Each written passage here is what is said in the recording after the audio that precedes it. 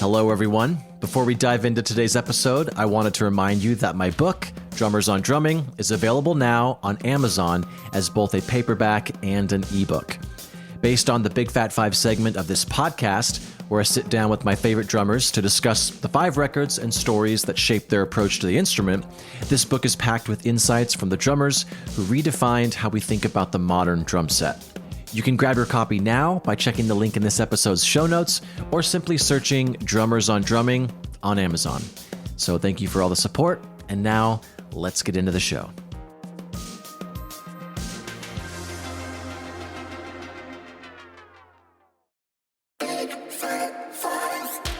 What is up? Welcome back to Big Fat Five, a podcast financially supported by Big Fat Snare Drum. My name is Ben Hilsinger, and this week's guest is Johnny Kelly. Johnny is mostly known for his tenure as the drummer for Type O Negative, but his resume includes Quiet Riot, Danzig, Silvertomb, A Pale Horse Named Death, Kill Devil, and his latest endeavor, I Am, I spelled like the I on your face. His awareness of dynamics and the development of a theme while creating parts is the reason he's in his 3rd decade of a very fruitful career. I hope you enjoy the 5 records that shaped Johnny Kelly into the drummer he is today. Cheers.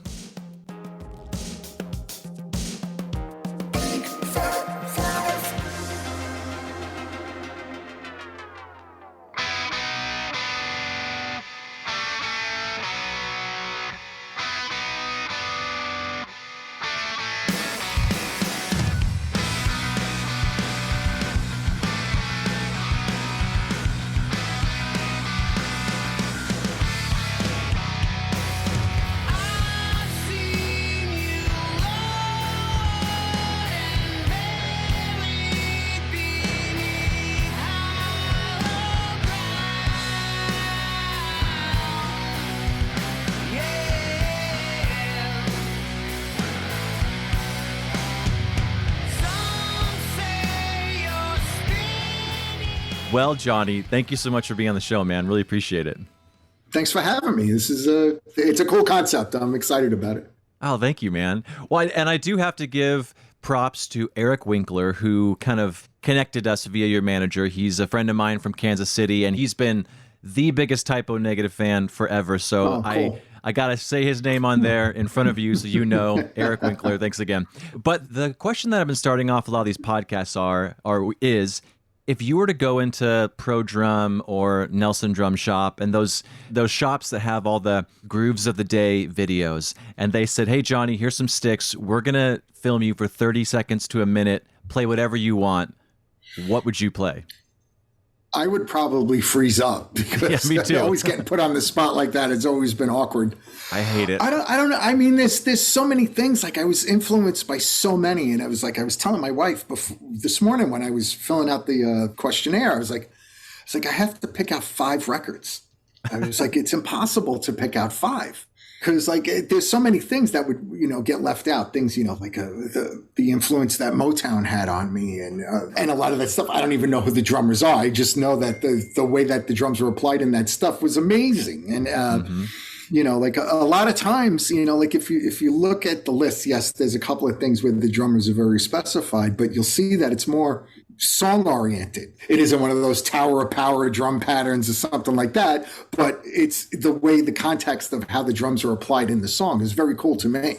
Absolutely. So to sit there and I guess the first thing I would go to is the beginning of NIB from Black Sabbath. Yeah. That simple groove, just to get my bearings on what the kick and the snare and the hi-hat sound like together. Yeah. No, it's fun because I always ask drummers and I have no, then they'll kind of throw it back at me. And every time I'm like, I don't know. It's not, I don't have my go-to thing either. But yeah, there's those things. It really depends on the mood I'm in. What kind of mood I'm in. Did I have a big fight with my wife? Josh from Type O used to love when I would fight with my ex-wife on the road. He's like, you play better, you play more aggressive. I was like, this is not a good way to be. He'd call your wife. Yeah, Johnny was talking shit about you last night. Yeah, and probably. Yeah, he called my ex-wife. You need to get Johnny pissed off. Oh, that's easy. Yeah. Thanks. Yeah. So anyway, depending on my mood, like, if I'm in a melancholy mood or something, like I'll want to maybe play something different, or, if I'm jacked up on coffee and, Yeah. Well, let's just jump into your number one. So the first album is Physical Graffiti, the artist Absolutely. Led Zeppelin. Oh, yeah. Yes. A release here, 1975, Bonzo, of course. I asked you for a few key tracks. Maybe we'll listen to one of them, but In My Time of Dying, Kashmir, 10 Years Gone, great picks. But yeah, where were you when this record came into your life? Who introduced it to you? All that jazz. When I was a kid, when I was like 11 years old, this was like at the end of the 70s, and Led Zeppelin was still together and stuff. And the guy that, I say the guy, he was probably all of maybe like 17, 18 when he taught me how to play drums. Yeah, but he was like this adult that lived down the block from me, taught me how to play drums. The first record that he put on, like to have me just play along to, was Station to Station from David Bowie. Oh, okay. So then I started, like my friends and I, we were starting to get into our own things. I was already a huge Kiss fan at that point when he was like, you want to learn how to play drums? I was like, oh, like Peter Criss? Yes, Yes. And then I started, my dad had a couple of Led Zeppelin records. He only had two. He had Led Zeppelin 2 and Houses of the Holy. And then my uncle, who lived upstairs with my grandparents at the time, he had the whole catalog, and he let me borrow it. I was like, I'm getting into Led Zeppelin. Do you have any Led Zeppelin records that I could borrow? And he gave me the whole catalog, and I heard it, and I heard Physical Graffiti, like, just playing it from start to finish. Yeah, there were songs that I heard on the radio, and it'd be like, oh shit, there's this song on here. It was like, completely blown away. And then as I took all those Led Zeppelin records and went up the block to the guy who taught me how to play drums, and I said, I want to learn how to play like this. And he just looked at me. He was like, well, let's slow down a little bit. Easy, buddy. He was like, yeah, right, exactly. Easy, buddy. We're not there yet. But then that was it. That started my journey with being a fanatical, like, John Bonham fan, and using like those records, everything that you want to know how to do with any kind of rock drumming, it's on that record. Because there's all different kinds of styles, there's different dynamics, there's a different approach. I mean, there's great songs on the record that don't even have drums, so it's it doesn't mean that drums always have to be in everything. And for a double record, like, I don't think there's a lot of filler on it. There are some fans. There's been this debate, for a long time. Like I have this debate about Use Your Illusion with Guns N' Roses. Okay, yeah. But that record, all of it's there. There's aggressive drumming. There's a lot of swing. There's all kinds of different stuff. And the way the record's mixed, it's crystal clear. Like you can hear it. Like I'll put the record on this afternoon. I'll hear something new in it. Like I've sent, tracks to engineers. I was like, this is what I want the kit to sound like on this record. Yeah. Of course it doesn't, I can't replicate it. I can't replicate it. I can't play like him, I try. Of course. Like his type of drumming has lent itself, and it really was the big template that I used for Typo Negative, which is, a lot of times less is more. Yes. It's like, even though he had great chops and stuff, it wasn't always on display, and it was always just, what was perfect for the song. And I can't think of like a Led Zeppelin song in here and go, oh, well, he should have done this instead. Sure. Never. Yeah. You'd get struck by lightning right away if you said that out loud. Right. Exactly. So that record has stayed with me, and it isn't, like Led Zeppelin 4, by the time I was 16 years old, I had been through 4 copies of Led Zeppelin 4. Just from listening to it constantly. I've just gotten to, now that I'm in my 50s, I could actually listen to Stairway to Heaven again if it comes on the radio. Wow, congratulations. Like I can listen to it now. I've gotten past that. It's kind of like Paranoid. Like, I have to change the channel. I can't listen to it anymore. Yeah. And I'm not there yet to where I can, all right, I'll leave it on. Oh yeah, this is kind of cool. Yeah, I remember that, or whatever. It doesn't have that nostalgic effect on me yet. It's still kind of scarring from playing it in all those bands when I was a kid, Physical Graffiti still has that staying power. Awesome. Well, you were talking about trying to sound like John. I was just watching a video of you, the 2015 Bonzo Bash for NAMM. I don't believe this song's on Physical Graffiti, but you were playing Since I've Been Loving You, and you sounded fucking awesome. So that song, Physical Graffiti is like my favorite album. Since I've Been Loving You is probably my favorite Zeppelin song. Yeah. And when we did the Bonzo Bash, it was like, like they like I when I was invited to participate in it, you get the whole list. And of course, everybody's got like all these bashers and things like that. And I was like, I want to do something that's, contrasting to that. I want to do something that's, a little different. And it's, Since I've Been Loving You, the studio version and the BBC version, BBC Sessions version are outstanding. And it shows a whole different side of John Bonham's playing. And it shows like the versatility that he really had. And I wanted to do that. I wanted to present that to, the people that were there and stuff. Which I'm sure was appreciated by the audience. Like, because it's just like bash, bash, bash, bash.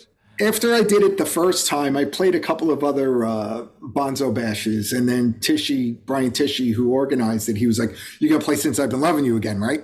Yeah. I was like, "Yeah, all right. Yeah, I'll do it. Sure." Of course, And then Chad Smith wanted to do it one year. So I got next. I had to do something else. Yeah. Well, I'm a bad host because we're not going to listen to it right now. I know you did mention that in the BBC Sessions, which is later on your list. But before we move on, let's just listen to a song from Physical Graffiti. So do you want to play In My Time of Dying, Kashmir, 10 Years Gone? What's your choice? They're all great. It's like, pick one. Surprise me. We could, we'll talk about it. Sure. Sure. There's something to talk about in every one of them. Yep. All right. Let's just do 10 Years Gone. Okay. Here we go.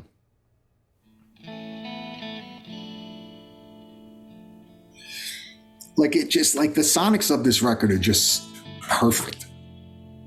And you could hear you hear the separation of everything. It's all crystal clear. Like you're sitting in the room, standing right next to them, and like the air that the drums have when they come in, like, the power of the toms, and they're not really being hit very hard. Like, the dynamic there's a dynamic there that's going with the song and with the melody and stuff, but it's perfect. And then when the snare comes in, the kick and the snare and the hi-hat just are, it's beautiful. Yeah. And it's pushing the song, it's moving it. There is a little bit of aggression in there. And then, it pulls back a little bit when he goes to the guitar solo where it's just, laying back, but it's killer. And it's like the way the song builds up, like you have the guitar come in first, then the bass, and then, Robert Plant will come in, and then the whole band comes in from there. And it's like this whole ascension to the buildup.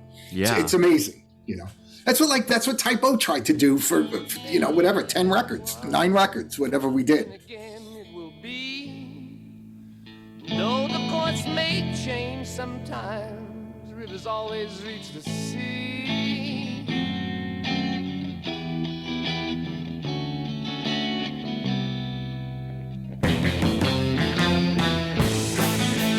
Blind skies of fortune, each have separate ways.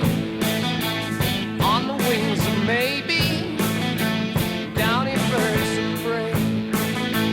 Kinda makes me feel sometimes didn't have to grow. But as the eagle leaves the nest, got so far to go. Well, let's go to number 2. Okay. A drummer that is not talked about enough. Bill Ward is the drummer, but the album Sabotage, the artist is Black Sabbath. Release year's 1975, and yeah, a few of the key tracks, The Writ, Megalomania. But again, take it away. Where were you? How'd this get introduced and all that? I got into Sabbath kind of late. I didn't discover Sabbath until I was maybe 13 years old, 1980, 81. So Ozzy was already out of the band when I was aware of them. Like I knew the Paranoid record, and one of my best friends, we went to his uncle's house one day and we're smoking a joint with his uncle, all of 12, 13 years old. Sure. Yeah. Great uncle. And his uncle put on the first Black Sabbath record, and it was I was terrified. Yeah. And then, friends of mine in junior high school and stuff, they started turning me on to more Black Sabbath. And, when I finally got around to, getting the Sabotage record. I think I bought it the day I graduated junior high school. I think I bought Sabotage and Iron Maiden's Peace of Mind the same day. I can remember vivid memories of going to buy records, and that doesn't exist anymore. It's a shame. So anyway, I remember getting, discovering Black Sabbath and buying up the catalog. And I just remember just hearing it for the first time. And it's like, everybody talks about Symptom of the Universe, like with Bill Ward or whatever. And it's like, yeah, that's cool, but that's not to me, that's not really the meat of the record.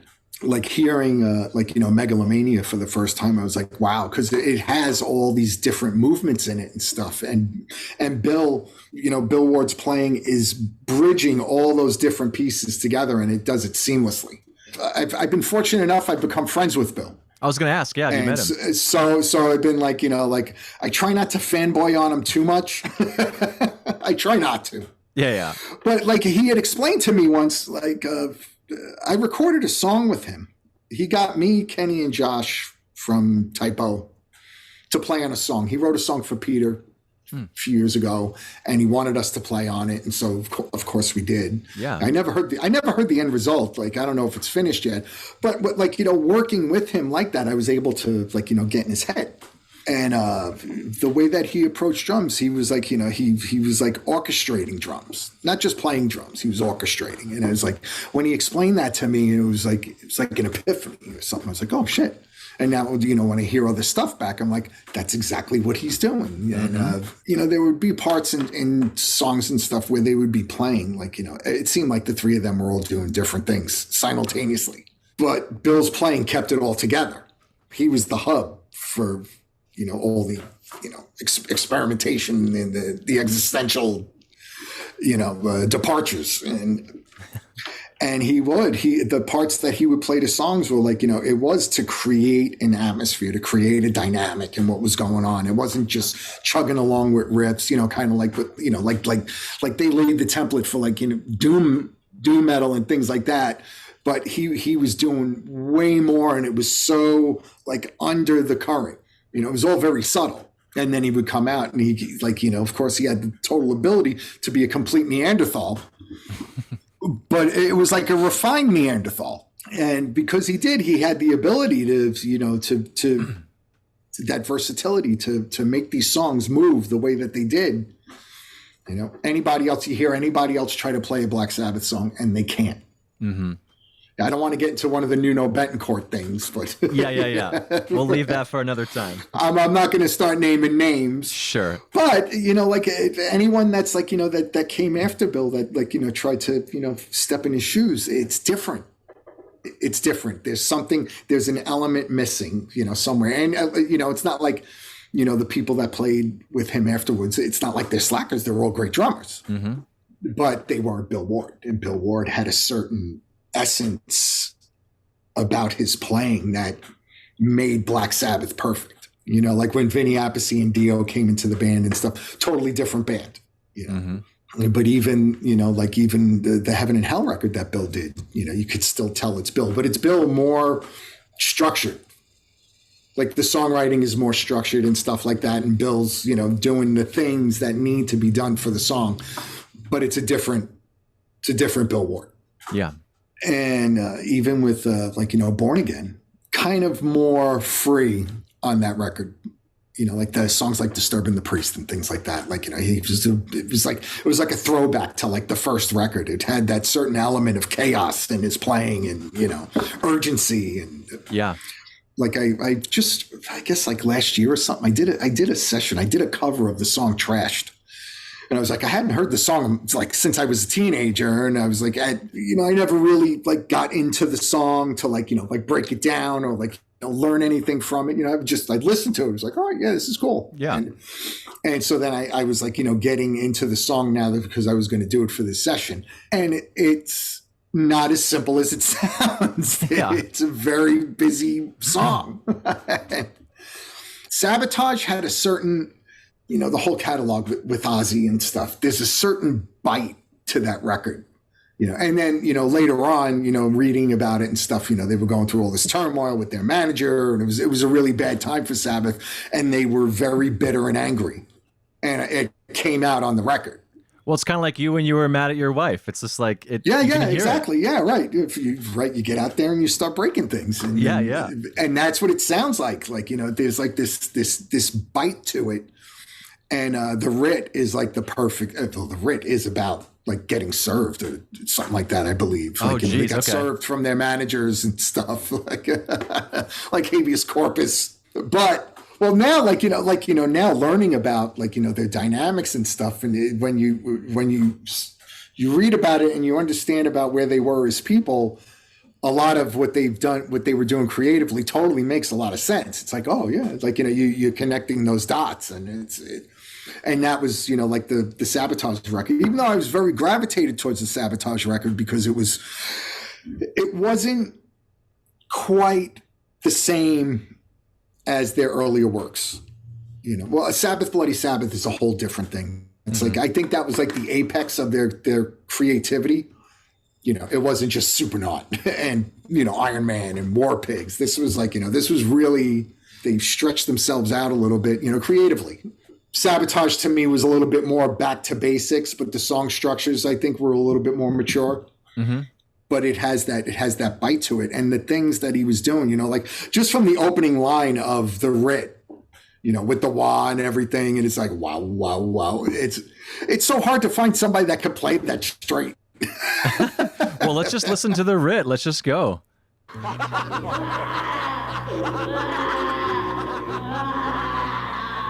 Yeah, this is scary as a kid if you hear this.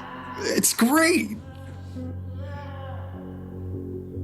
And then the way the drums come in, and Ozzy's like just full on screaming at the top of his range. The verses are just him screaming his head off. And for people that don't know, this is the last track on the album. So this is finishing off the record. Yeah.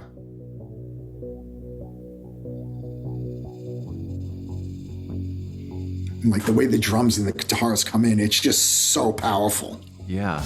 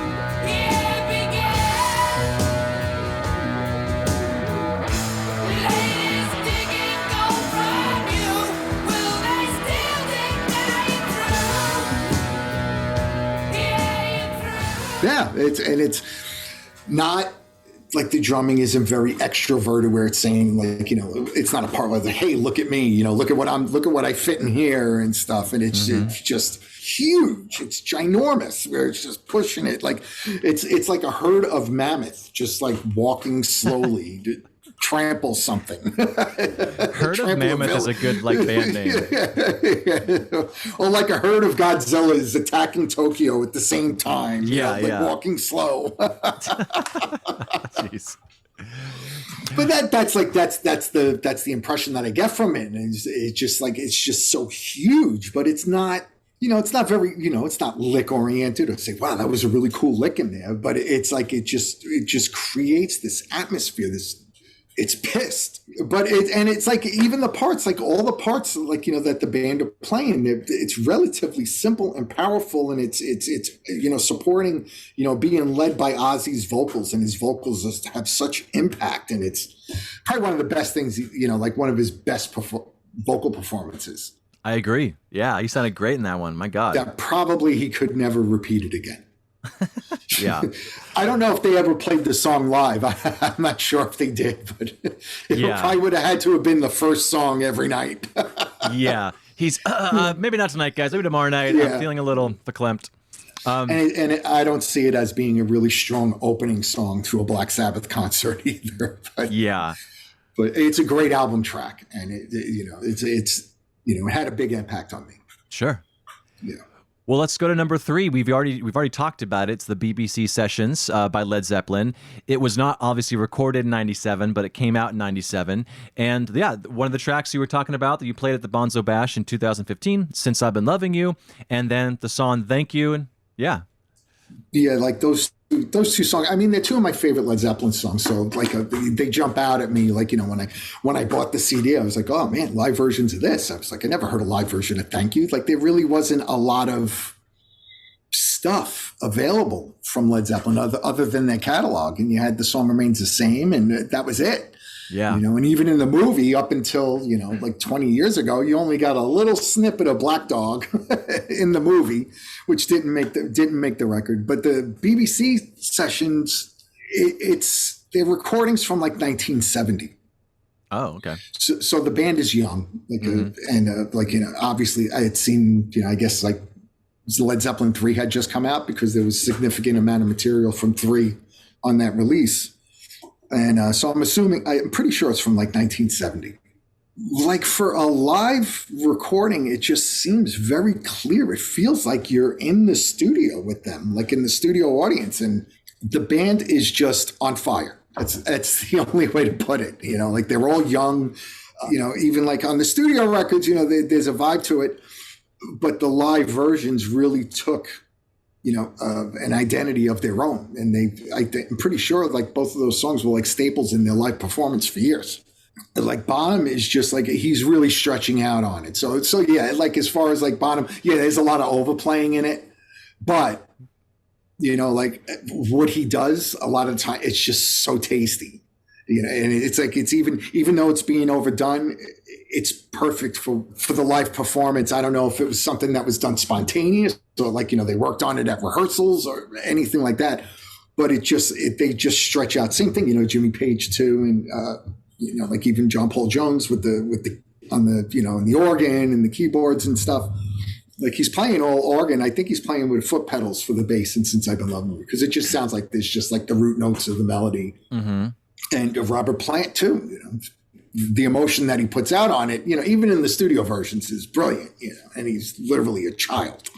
And I'm like, what kid went through this? You know, now that I'm an adult, I'm like, what kid went through this? Yeah. What the hell are you talking about, man? Kid. Well, he's fine. He just got out of high school. You're fine, dude. Yeah, you got plenty of failure ahead of you. Yeah. Don't worry, bud. It'll come. All right. Well, here's the song. Yeah, totally. Yeah. Here's Since I've Been Loving You.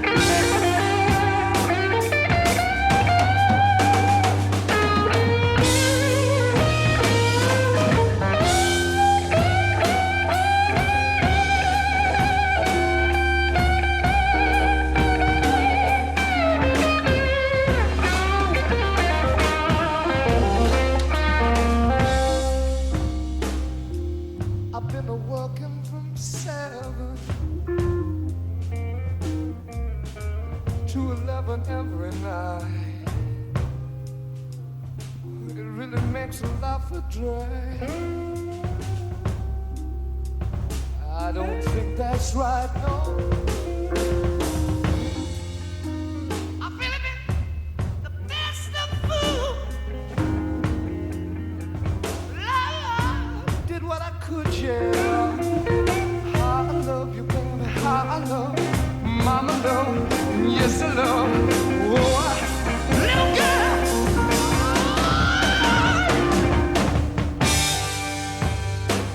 Since I've been loving you now, I'm about to lose all my worried mind.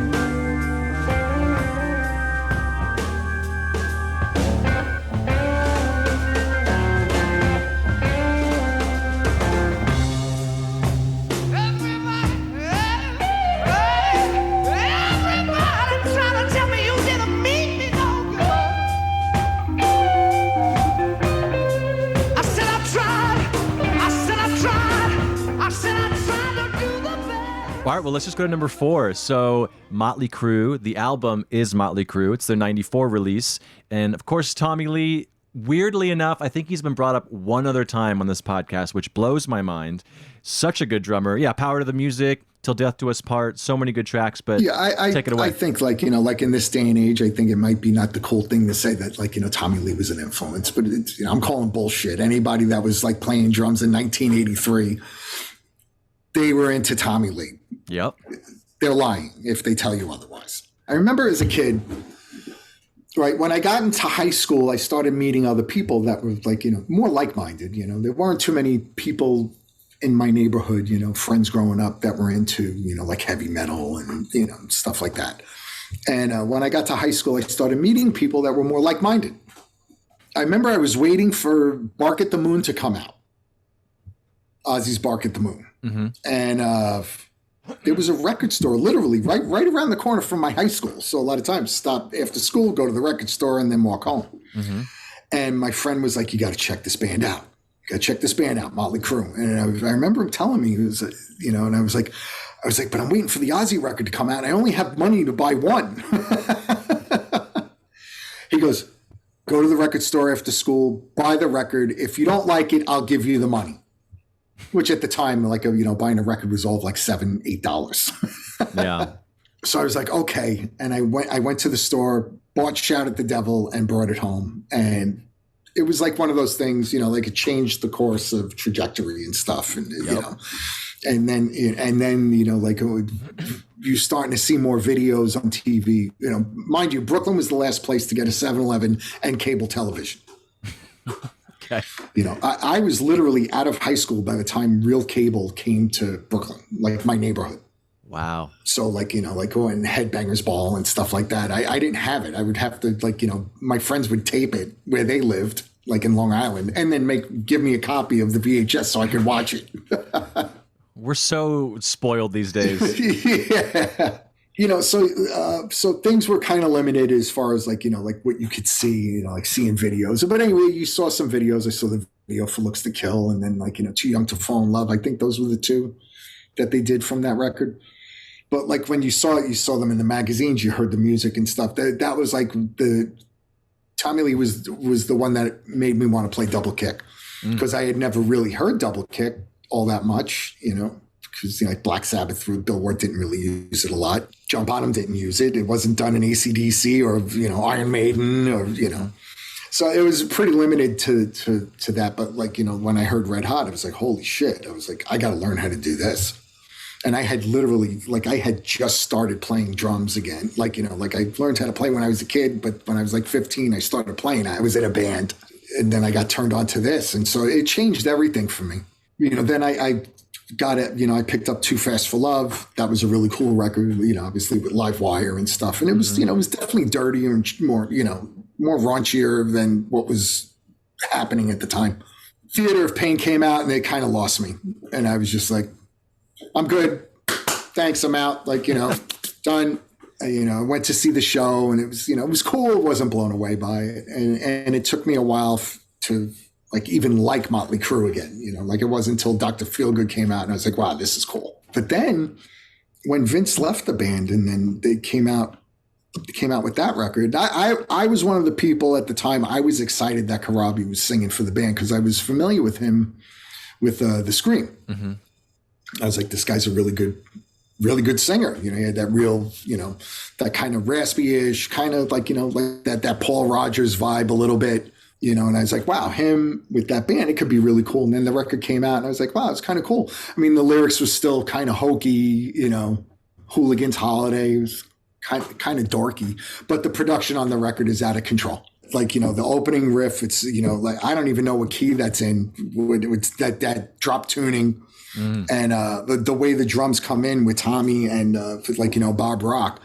It's just so in your face and it just sound like everything's tuned pretty low, like the toms are tuned pretty low and this everything's bright, the cymbals are bright and stuff the EQ, the production on it is amazing. I've sent that record to a bunch of people too, where I was like, I want that drum sound. From what I understand, there wasn't anything really over the top with production, it's a 24-inch kick, and it sounds monstrous. Mm-hmm. Even the snare has like this weird, flap to it where it's, not really bright, but it has a lot of presence, and it's, it has a lot of bite to it. The drums just are really biting. They're really in your face. And his playing, his playing on that record is incredible. Mm-hmm. I guess because at that point with the new singer or whatever, they were just going for it. Yeah, fuck it. Yeah, fuck it. But yeah, so anyway, I think the drumming reflected that as opposed to the more contrived or, some of the stuff that they were, especially the stuff afterwards that they did, it didn't have that same impact. The drums are very prominent on this record. I love that you keep bringing this up because it's a concept that I think a lot of people should do. And this is why I do this podcast, because I love hearing about the history of these records. If there's a record that for some reason just touches you, there's something about it, look into the history of that record. I'm sure something was going on with the band, and there's a reason why something was captured. I mean, also, it has a sentimental attachment to it also because that tour, Typo Negative was the support band. So so every night I was just when the tour was when our manager told us that we were doing it, my first instinct was, this is a terrible idea. I was like, why are we going out with Motley Crue? Where do we fit in that picture? It's like, we're going to get hit with garbage, for 30 minutes. They're just going to throw stuff at us. Nobody's going to like us. Our manager was, he was like, very, assuring. He was like, don't worry about it. This is a good thing. This will be a good thing for you guys. It wound up being a good thing, and looking back on it, it was probably the first major stepping stone in our career. And so he was right. But at the time I was, it was us, King's X, and Motley Crue. And I was a big King's X fan. So I was like, this is a terrible career move, but I'm going to enjoy this every night. Yeah. I'm going to have a great time. And I would, if we do our set, everything was all packed up. I would come out, and every night I'd pull up a chair and hang out and just watch Tommy play. Well, and it's different too because it wasn't just management wanted you guys to go, wasn't it? If my memory serves me, wasn't it the band heard you guys and they were the ones who won? Yeah, they were familiar with us. They had got turned on to Bloody Kisses while they were working on this record that we're talking about now. And at the time they were from the way the story goes was they were saying we want Typo on the tour, and their management, everybody was against it. They're like, this band's worthless. They have no value. They don't bring anything to the table. No butts and seats. Right. They're not going to help the tour at all. And they were like, we don't care. We want it. We think the band's cool. We want them. We want them on the tour. That's got to feel good. It was cool. And that happened to us a lot. It was, like in those early parts, it wasn't because the band was a strong draw or could do something. Bands liked the Typo. Luckily for us, we were able to get some of their fans to buy into what we were doing, which was shocking. It was surprising, out of a lot, we did a bunch of tours, supporting a bunch of big bands. And I was like, when we got the Danzig tour, I was like, this is more in line with what we're doing. I was like, this should be an easy tour for us. It won't be hard to prove. We won't really have to prove ourselves so much. I was like, this could be good. But us going out with Queensryche or going out with Motley Crue, it's like, what are we doing? It's like suicide. I felt like a kamikaze pilot. But I was wrong. I can understand why people loved it. I mean, Typo will always be a great band. Thank you. And it was, I knew that what we were doing was special and, unique, but I didn't think that, the casual Queensryche fan would give us the time of day. I understand, yeah. Like the same, like a Motley Crue fan, they're listening to girls, girls, girls. And then now we're going to scream the words pain into our pickups and jackhammers and, it's it's a whole different headspace. And sure. We went over, right after that, not to get too sidetracked, but we did a whole summer touring with Motley Crue on that record. That tour ended, and the day after we did our last show with Motley Crue, we literally started our own club tour and went back and hit all those markets that we played. Wow. And then all those markets, they were all like, like the tour was, was good for us, and it was our own club tour, but there were people there, and and they were like, we saw you with Motley Crue, and so it opened up a whole different audience to us, which was great. We just wasn't expecting it. So anyway, let's get back to the record. The drum production on this record is phenomenal. Tommy's playing on this record. It's the best drumming he's ever done. Like throughout his whole catalog, this is his definitive record. All right, well, let's start with Power to the Music, and this is the first song on the record. It starts with that riff that you were talking about, and here we go.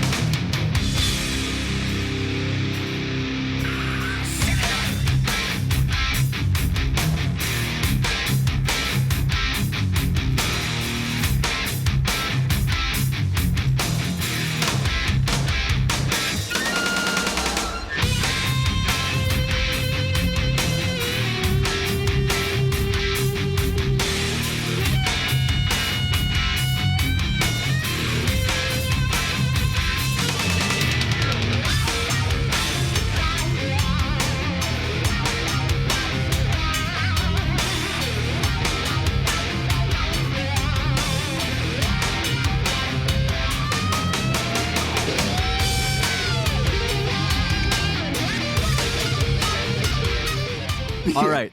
So number 5, the album Sgt. Pepper's Lonely Hearts Club Band. The artist is the Beatles.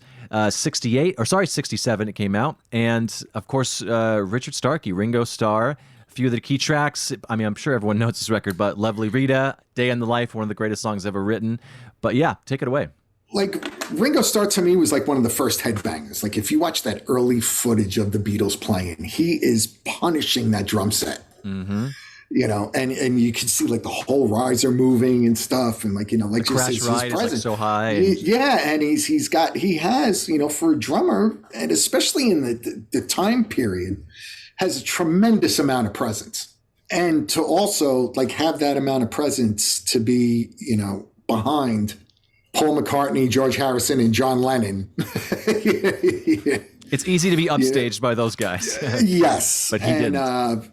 But right, he didn't. He held his own, and as their songwriting, you know, progressed after that, you know, it wasn't so much.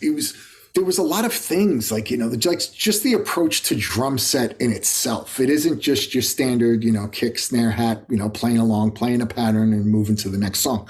Those rules really didn't apply. There was a lot of different things, a lot of different things were approached. There were songs where he won't use the hi-hat at all. just use the kick snare or just a snare or, just something like that. Or, like doing maybe doing some like percussion thing of answering, answering a melody line or, supporting one, or like the fills, like in Lovely Rita. I mean, Typo, we lifted a lot of stuff from them, even like a lot of drum stuff. We, would use those kind of applications. We put that in Typo stuff. Steal from the best. Yeah. Oh, yeah, absolutely. Not always, sometimes, I'd have to lean on, like my Bill Ward influence, my John Bonham, whatever. Sure. But there was always room to try to, make something of, just like application. Instead of just playing something straight through, just try to do something a little bit different, a little bit abstract, or, try, within the context of what we were doing. But what he was doing in those songs is incredibly unique. And to do it in in a pop format, to me, was just like, I haven't really seen drums applied in that way. Talk about being underrated. Mm-hmm. Ringo's criminally underrated. He was a brilliant drummer in a brilliant band. And, to say that he was less than or, contributed less, there probably isn't another person on the planet that has sold more drum sets for a company than Ringo Starr. Like Ludwig couldn't keep up after the Ed Sullivan show. Right? Think about how many drum sets they sold after Ed Sullivan. But he was, like starting with, more like along the lines of like Rubber Soul leading up to it. It's very unique in its own way to apply drums to these songs. It would have been very easy and very, I know for me, my simple, I would have gone to the easy thing and I would have played a beat through something, or, I wouldn't have done, like a hi-hat snare pattern, like in My Life, and the guy could shuffle like nobody's business. And he's a southpaw shuffling with his right hand. And it has this swing to it. And he would do it like some of the stuff I know, like for me, it's really hard, but he would do this, like do these, like, like these shuffle things with his, at pretty good tempos. And I was like, is that a swing? Is he shuffling there? Or am I hearing it differently? It was like, I'm trying to like hear it on the record. And I'm like, I can't do that.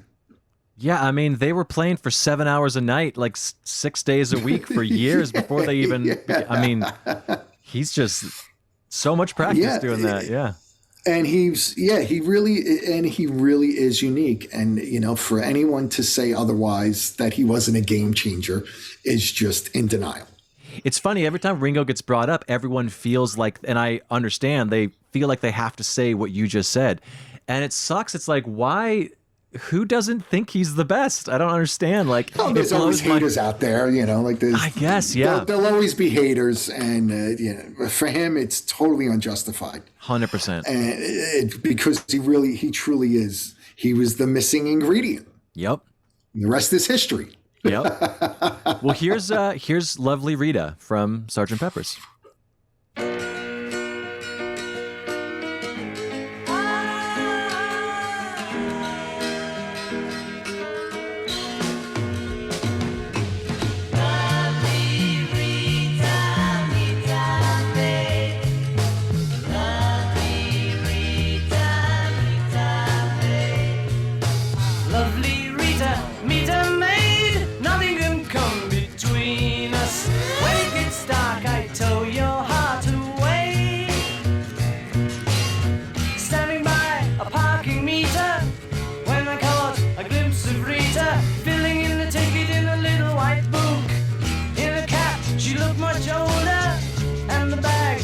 Her shoulder made her look a little like a military man. Lovely Rita, meet a maid, may I inquire discreetly, when are you free to take some tea with me?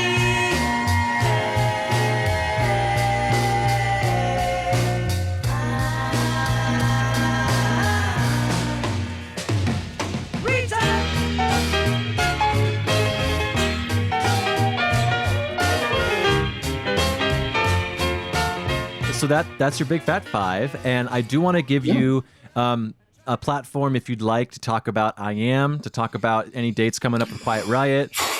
All that jazz. Yeah, I'm flying out tomorrow. We're going to Missouri. I'm playing in Missouri and Indianapolis with Quiet Riot this weekend. The new single from I Am is out. Dreams Always Die with the Sun. It came out, I guess, like a month and a half ago. A couple of weeks ago, we were all in New Orleans together, and we recorded 4 more songs. Hell yeah! And like I was there. I had I had a few days off in between Quiet Riot gigs, so we went to New Orleans, and we were averaging a song a day. So we would, they were there a couple of days before me. So when I got there, they would show me what they're working on. We worked on it and we track. And then the next day all right, here's this other song that we've been working on. We'd work on that, track it. And so we got 4 songs done in the 4 days I was there. And I think we're getting together again in October. At least that's the plan, get together a few days again and, record more songs, see what comes up of it. And everybody's really excited about it. And I've gotten a mix back from one of the songs. And it came out really cool. So awesome. Of course, like for me, like we're just working on the music. And it's always been hard for me when I'm working on new music to see the big picture of what a song can be. Mm-hmm. Or what it's going to turn out like. So usually I'm just you're just working on a riff and you're trying to come up with something to be like, all right, this will be the chorus, or, this is the verse, and you're sussing that out. And you think that what you put something to that and you'd be like, all right, yeah, this could be cool. This could be a cool verse. And then you hear the other stuff, like the vocal lines, and you hear the alternate guitar parts and stuff, and be like, wow, I wish that was there when I was recording this, because they sent me a mix and I was like, wow, this sounds really cool, but now I want to do the drums completely over again. I want to re-record it because because I hear these other instruments, I hear these other things, I hear these vocal lines, it makes me want to play the song differently to make it better. Like I have to learn to live with that. Yep. They're happy with it, so that's good. So that they're, when they did their stuff, they're like, no, it's great.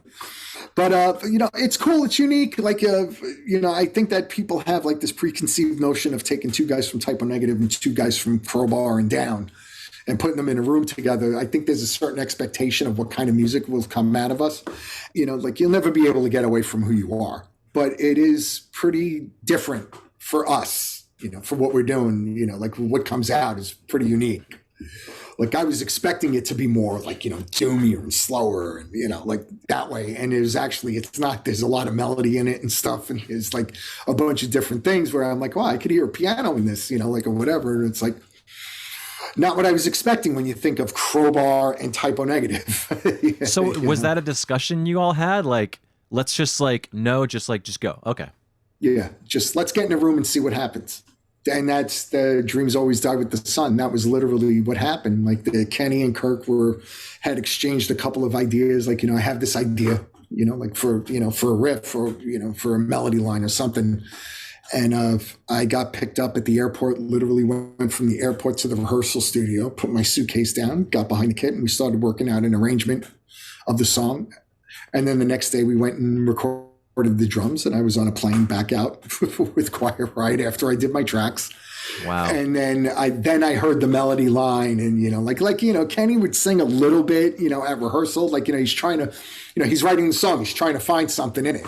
So, I would get like a little idea of what was there or something. I not having any idea what he's actually saying, or, if there's any meaning what he's saying. He's just finding melody lines. Mm-hmm. And then a couple of weeks later, then I get a rough mix of what was there. I was like, wow, it's pretty cool, pretty interesting, and, I'm anxious to hear how it is. It's a cool project, it's a lot of fun, and it's cool being in a situation like that where, you just write something and record it on to the next thing, and so it's pretty interesting to see, like the challenge of, you got to come up with something today and it better be cool. Because you have your one chance. It's like playing live. You have one chance to get it right during the live performance. Same thing, like with what we're doing here. We have one day to get this song done. So, a lot of the stuff that I'm doing, my approach is, I guess pretty pedestrian, just stay in the pocket, and just keep it moving forward, make it feel like it's moving faster than it is. Well, it sounds like you did just that. So everyone go check it out. I know you have a busy day, so I'll let you go. But I will say, before you head into the studio next time, let me know and I'll email you something really mean so that you can really aggressively get the drum part. It'll be my pleasure. Me and my wife now, we get into it. So it could be cool. That's a partner right there. I'll try to bring her with me so that we could duke it out right there on the spot and then go play. So one more thing. We have what's going on. We've got a new Kill Devil Hill record coming out. Oh, awesome. Yeah, coming out next month is September. Wow, this year went fast. Don't even get me started. Yeah, my God. The first part of the year was really slow and I was home a lot and I barely had any work, barely any shows. And since May, barely home. Wow. And now now we're already in the first week of August. I can't believe it. I'm still thinking like it's June. I know. Yeah. May showers are coming up soon. Yeah. So anyway, the new Kill Devil Hill record will be coming out next month. And we've been releasing singles every few weeks. We have a few of them out. And we just did one last week. People are interested, to check that out. And it's pretty cool. It's a little bit of a departure for me as a player. It's a little different, which is cool and exciting. And I love playing with them. And the record came out pretty cool. People go check it out. But when the album comes out, go buy it. I mean, actually buy the record, support everyone. That'd be nice. Yeah. That'd be nice. I mean, you've been doing this for so long, man. You have such a long career, and so it was really fun to talk to you. It's an honor, to say the least. So, on paper, it's pretty impressive. I know what you mean. I know what you mean. Yeah. Well, Johnny. Again, thank you so much, man. Thank I'll you. Let you go. This was a lot of fun. I don't really get to talk drums a lot. Hell yeah. We're usually talking about the band and, sure. the band as a whole and the new music, but I don't really get too many opportunities to sit there and talk about the things that, that influence me like that. Yeah. To go into a lot of detail like that, Yeah, well, you did a great job. It was. I definitely want to go listen. I want to go buy the BBC sessions of Zeppelin. That was a good record. It really is unbelievable. The band is literally on fire. Yeah. And like you mentioned records, but if there's, I guess I could have put it in the footnotes, the Led Zeppelin DVD that came out like 20 years ago. It was like a multi-disc DVD. It was like different concerts. And the most incredible thing that I've ever seen of Bonham was the disc of Royal Albert Hall 1970. Okay. It's unbelievable. And it's video, so you get to see a lot. You're like, oh shit, how did he do that? It's great.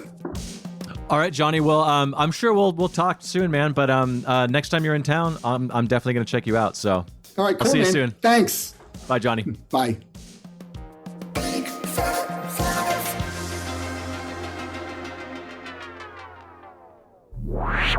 And that's the show. If you're listening on a platform that allows ratings and reviews, do that. It helps more people find the show, so it'll get bigger and better, and hopefully I'll have a chance to sell out one day. But you'll be an OG listener that can brag to all your friends. Anyways, why don't you go and check us out at bigfatsnaredrum.com and follow us on all the socials. Just search for Big Fat Snare Drum and you will find us. The show is edited in part using Isotope RX Audio Editor. It's amazing, so go check that out at isotope.com. And thanks again to Gunnar Olsen for the theme music. Bye.